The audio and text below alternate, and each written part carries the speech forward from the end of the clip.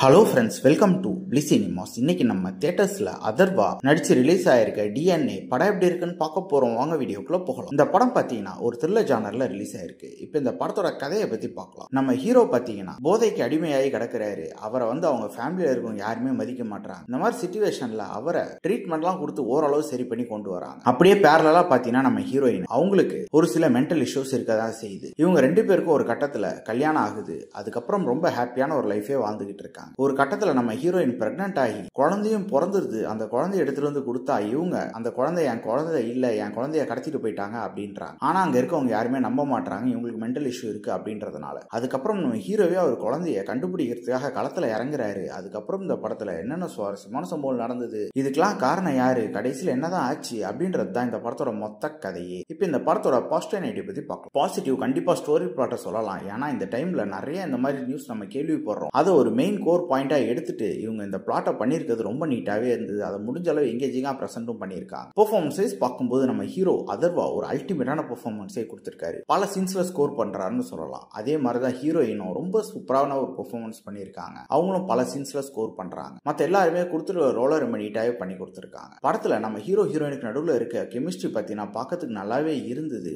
படத்துல பொறுத்தளவு பார்த்தீங்கன்னா ஒரு குழந்தை இல்லாம ஒவ்வொருத்தரும் எவ்வளவு கஷ்டப்படுறாங்க, அந்த குழந்தை பெத்துக்கிறதுக்காக எவ்வளவு கஷ்டப்படுறாங்கன்ற மாதிரி இந்த மாதிரி டாபிக் எல்லாம் ரொம்ப நீட்டாவே பேசியிருக்காங்க. அது பல பேருக்கு கனெக்டும் ஆகும். கண்டிப்பா டெக்னிக்கல் ஆஸ்பெக்ட்ஸ்லயும் படம் சவுண்டா இருக்கு. சினிமோட்டோகிராஃபி, சவுண்ட் எஃபெக்ட்ஸ், பிஜிஎம் எல்லாமே நல்லாவே பண்ணி கொடுத்திருக்காங்க. ஸ்கிரீன் பிளேஸ் பார்க்கும்போது செகண்ட் ஹாஃப்ல அல்டிமேட்டா பண்ணிருக்காங்கன்னு சொல்லலாம். செகண்ட் ஹாஃப் ஆரம்பிச்சில இருந்து ரொம்ப விறுவிறுப்பா போகுது. டுவர்ட்ஸ் எண்ட் வரைக்குமே நல்லா பண்ணிருக்காங்க. பல போர்ஷன் நம்மளை என்கேஜ் பண்ணுது. ஆனா ஃபர்ஸ்ட் ஹாஃப் பொறுத்தளவு பாத்தீங்கன்னா ஃபர்ஸ்ட் ஹாஃப்லயே இருக்க ஃபர்ஸ்ட் ஹாஃப் நம்ம கொஞ்சம் லேக் அடிக்க தான் செய்யுது. அதாவது ஃபர்ஸ்ட் ஒரு அரை மணி நேரம் கொஞ்சம் டல்லா தான் போகுது படம். ஆனா அதுக்கப்புறம் படம் பிக்கப் ஆகி சூப்பரான ஒரு படமாவே முடிச்சிருக்காங்க. கண்டிப்பா இந்த படம் எல்லாருமே ஒன்ஸ் ட்ரை பண்ண வேண்டிய ஒரு படமா தான் இருக்கு. ட்ரை பண்ணி பாருங்க. இன்னொரு வீடியோல சந்திக்கலாம். தேங்க்யூ.